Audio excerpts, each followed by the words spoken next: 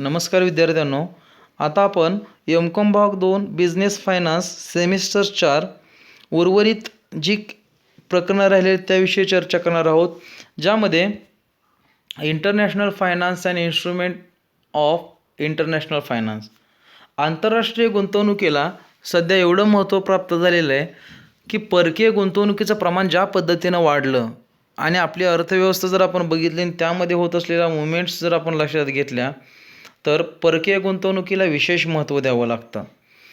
International finance is the branch of financial economics which studies the dynamic of exchange rates, foreign investment and how these affect international trade. It also studies international project, investment, capital flows and trade defects and includes study of future options and currency swaps. International finance, also known as the international macroeconomics, refers to a branch of financial economics that deals with monetary system and economics that surpass national borders. The modifier international is becoming the recurrent today due to few barriers to international trade and financial flows, and with communication technology directly linking all finance becoming international. Not only our domestic financial market increasingly the internationally integrated, but the problems faced by companies and individual in different lands are similar. म्हणजे आंतरराष्ट्रीय गोष्टींचे आपल्याला महत्त्व दिसून येईल. Instrument नेमके कोणते आहेत की ज्या महत्त्वाच्या मानल्या जातात प्रचंड, ज्यामध्ये ADRs ज्या असतील, ज्या ADRs means American Depository Receipts offers issuing company access to most active and world's largest capital market. ADRs provide US investors an opportunity to directly invest in international companies, avoiding the risk associated with other countries. ADRs are of two types, namely sponsored and unsponsored, where sponsored is reclarified into level first, second and third. ADRs and GDR. ADR means American Depository System and IDR means Indian Depository Receipt. Features आपल्याला नेमके कोणते पाहायला मिळतील IDRच्या बाबतीमध्ये?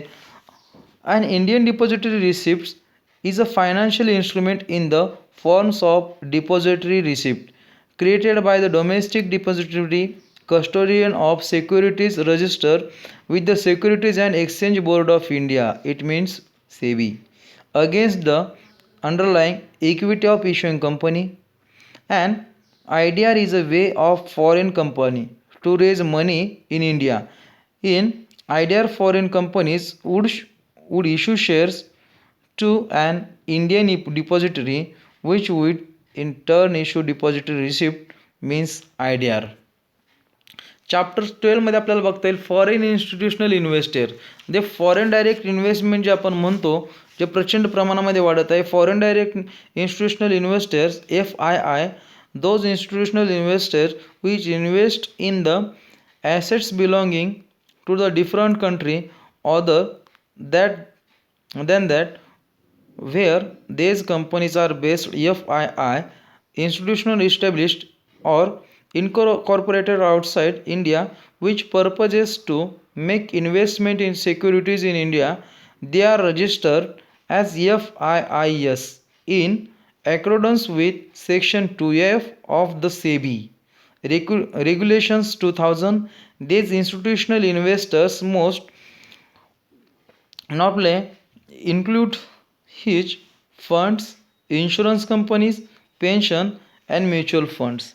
सध्या वेगवेगळ्या क्षेत्रामध्ये FDIची गुंतवणूक ही होत असलेली आपल्याला पाहायला मिळते. Who can get registered as a FII, pension funds, mutual investment trust, banks, insurance companies, foreign central banks, international organisations, endowments, foundations, charitable trusts. Foreign direct इन्व्हेस्टमेंटचं महत्त्व जर बघायचं झालं, ॲक्सेस टू मार्केट. वेगवेगळ्या बाजारपेठांना गुंतवणुकीसाठी प्राधान्य दिलं जातं. ॲक्सेस टू रिसोर्सेस, वेगवेगळ्या पद्धतीचे रिसोर्सेस यामधून तयार होत असतात. रिड्यूस कॉस्ट ऑफ प्रोडक्शन, कमीत कमी किमतीला वस्तू उपलब्ध होऊ शकतील. बेनिफिट्स टू फॉरेन कंट्रीज, परदेशात परकीय बाजारपेठांना जसं महत्त्व आहे तसं स्थानिक बाजारपेठांचा सुद्धा विकास करणं आपल्याला शक्य होणार आहे. टेक्निकली टेक्निकल गोष्टी आपल्याला प्रगत करता येतील. आणि डिसॲडव्हान्टेजेस काय आहेत नेमके? Problems for on recognise market, अनधिकृत जी बाजारपेठे आहेत त्यांना खूप तोटा होणार आहे. Exploit resources, local may not be benefited, कदाचित काही स्थानिक बाजारपेठांना नफ्यापासून वंचित राहावं लागेल. भांडवलाचं प्रमाण वाढल्यामुळं कदाचित काही व्यक्तींवरती त्याचा आर्थिक दुष्परिणामसुद्धा होऊ शकतो आहे. अशा पद्धतीने मित्रांनो बिझनेस फायनान्स एम.कॉम भाग 2 सेमिस्टर 4चा अभ्यासक्रम आपण पूर्णत्वाकडे घेतलेला आहे. तर आपण सर्व विद्यार्थ्यांनी चॅप्टर 1 पासून ते चॅप्टर लास्टपर्यंत आपण सगळ्या व्हिडिओज सातत्यानं पाहत राहाव्यात आणि त्यामधून शॉर्ट नोट्स तयार कराव्यात. वेगवेगळ्या हँड्स ऑन आपण वेगवेगळं प्रात्यक्षिक यामधून आपण घ्यावं आणि चांगल्या पद्धतीनं नोट्स तयार कराव्यात. चांगल्या पद्धतीने व्हिडिओ पुन्हा आपण ऐकावेत आणि परीक्षेची चांगल्या पद्धतीनं तयारी करावी. धन्यवाद.